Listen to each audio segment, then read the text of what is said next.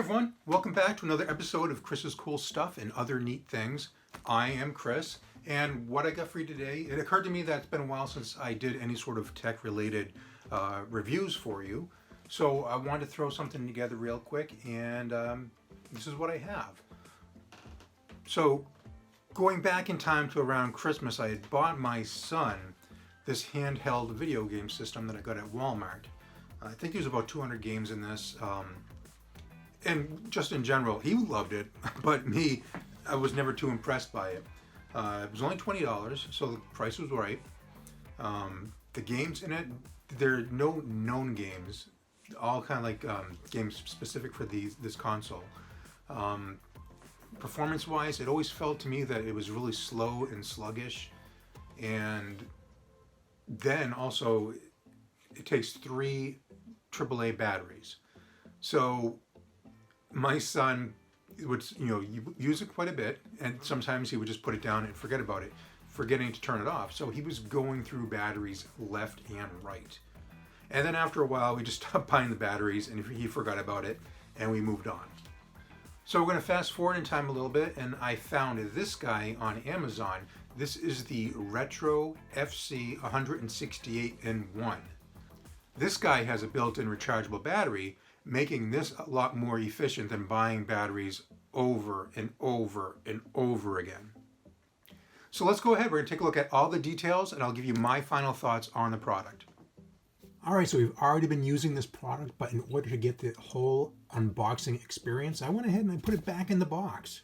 So we'll take a look at that packaging. First off, you see right here, Retro FC 168 in 1. So it's supposed to be 168 games. I have no idea what the FC stands for, but that's okay. So we have this little picture of the game system right there. You can obviously see that this is in fact some sort of Game Boy clone-ish type of gaming system. On the side, picture of the system plus a readout of all the different things, which we'll get into more detail. This side, contents, nothing, and then again, just more information about what you're getting inside the packaging. So we're going to open this up.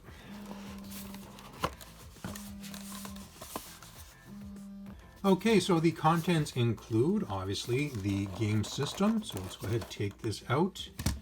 We have the owner's manual right here. Just a single sheet of paper. Nothing too fancy. Take out the tray. And we have the mini USB cable for charging. And we also have this RCA cable, video and audio. So if you have the ports on your TV, you can plug this into your TV.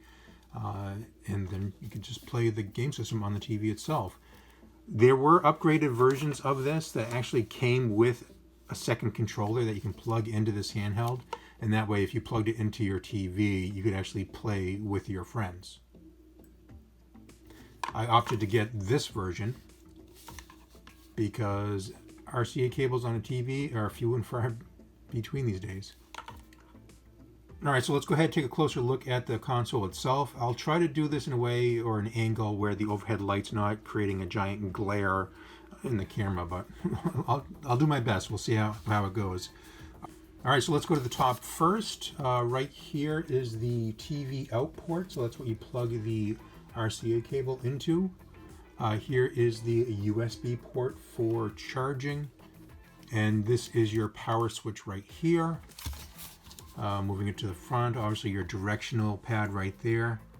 You have your buttons right here. It's similar to the Xbox, so it's X, Y, A, B. This is the reset button that'll bring you back to the main menu. And then we have start / pause and your select button there. Nothing on this side, nothing on the bottom. On this side you have your volume control. And then the back here is the cover for the battery compartment, and there's the lithium battery right there. All right, let's go ahead, turn this on. Turn the volume down a little bit. So it's going to bring you right to the first page of the menu system. No sort of load time or anything, it goes right into it. And you can see if we go up and down, we can select single games. Let me try to zoom in a little bit there. You can select single games, or left to right to change an entire page. So there are a whole bunch of games that I'm familiar with. You got your Super Mario's, but they also have oddball games that I've never heard of before. Like here's one, UFO Race, never heard of that. So Super Mario Brothers, Super Mario Brothers 3, they skipped 2, Super Mario Brother World, Super Mario 14. So they kind of get into some of the odd games. Mario is missing. These are almost like games, like third-party games, non-licensed, where they take the characters and maybe make a whole new story, because I've never heard of that before. I mean, I could be wrong, so correct me if I am. Tetris is a oldie but a goodie. Weird thing about this one is they don't have the Tetris music that I remember.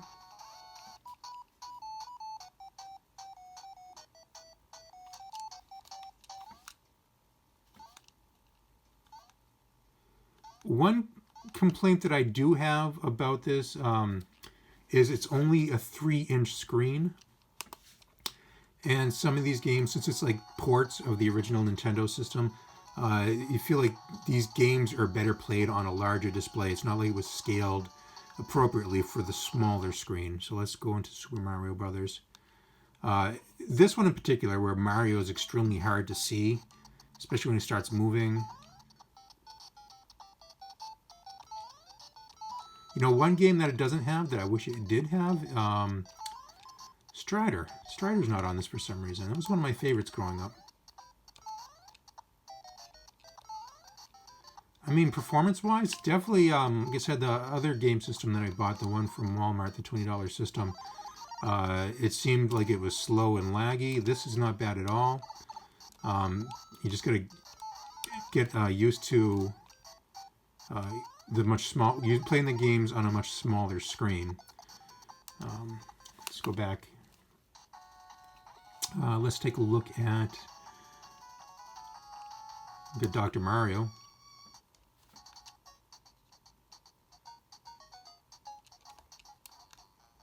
This one, the audio sounds, you know, that I remember. But again, this one's tough to play because the screen is so small, unfortunately. Go back.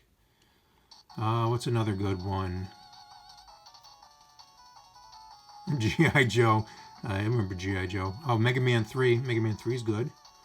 And the Ninja Turtles 2. They have Ninja Gaiden, or Ninja Gaiden, depending on how you pronounce it, somewhere in here. Spider-Man. Contra. Pac-Mania. So there are a slew of games that you wouldn't expect. Like there's Angry Birds on here.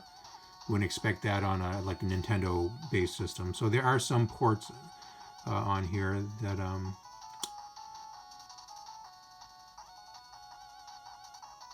Goonies, Kung Fu, remember that one? Ms. Pac-Man.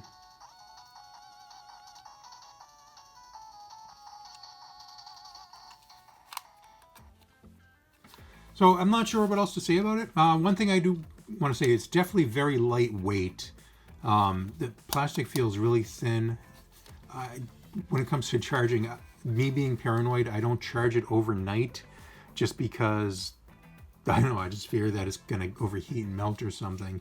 So I charge it during the day for a couple of hours. Never run into the situation where the battery has run out, so it's not going to be too much of an issue. So all in all, this was a pretty decent purchase. I did get this from Amazon. When I first started looking at them, when they had the external controller, I think they were around $30. This particular one was, I think, $15 or $16. So definitely worth the investment because you get hours and hours of gameplay here. And some of the ports aren't that great, but there's definitely enough in here that is definitely worth the $15 or $16 purchase. So there you have it. If you have any questions at all, please let me know in the comment section down below. As always, I do thank you for tuning in. If you don't mind so terribly, if you can hit that like button for me, it's definitely appreciated. And then until next time, take care.